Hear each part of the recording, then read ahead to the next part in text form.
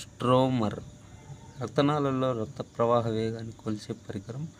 Stethoscope హృదయ స్పందనను గుర్తించే పరికరం. సిగ్మా మానోమీటర్ రక్త పీడనంను కొలిచే పరికరం. ఈసీజీ గుండె విద్యుత్తును కొలిచే పరికరం.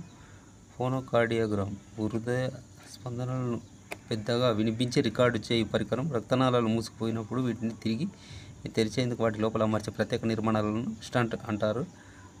రక్త ద్రవ రూపంలో ఉంటూ దానిలో అనేక రకాల కణాలు ఉండడం వల్ల రక్తంలో ద్రవరూప కణజాలం అంటారు. రక్తం గురించి అధ్యయనం చేసే శాస్త్రం హెమటాలజీ అంటారు. రక్తం ప్రసరణను మొదటిసారిగా ప్రయోగం తెలిపిన శాస్త్రవేత్త విలియం హార్వే. రక్త ప్రసరణ పితామహుడు విలియం హార్వే. ఆరోగ్యవంతమైన మానవులలో సగటు రక్త పరిమాణం 5 లీటర్లు. క్షీరదాలలో రక్తం వాటి బరువుల్లో 6 to 10% ఉంటుంది. రక్తం క్షారస్థితిలో ఉంటుంది. pH 7.4. రక్తం ఎర్రగా ఉండటం కారణం హిమోగ్లోబిన్.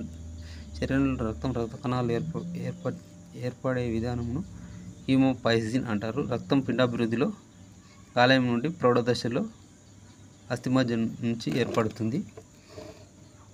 రక్తంలో అంశాలు: ప్లాస్మా 55%, నీరు 92%, కర్బన పదార్థాలు 8%, రక్త కణాలు 45%, ఎర్ర రక్త కణాలు, తెల్ల రక్త కణాలు, రక్త ఫలికలు. గ్రాన్యులోసైట్, ఏ గ్రాన్యులోసైట్, న్యూట్రోఫిల్స్, బేసోఫిల్స్, ఎసిడోఫిల్స్, ఏ గ్రాన్యులోసైట్, మోనోసైట్లు, లింఫోసైట్లు.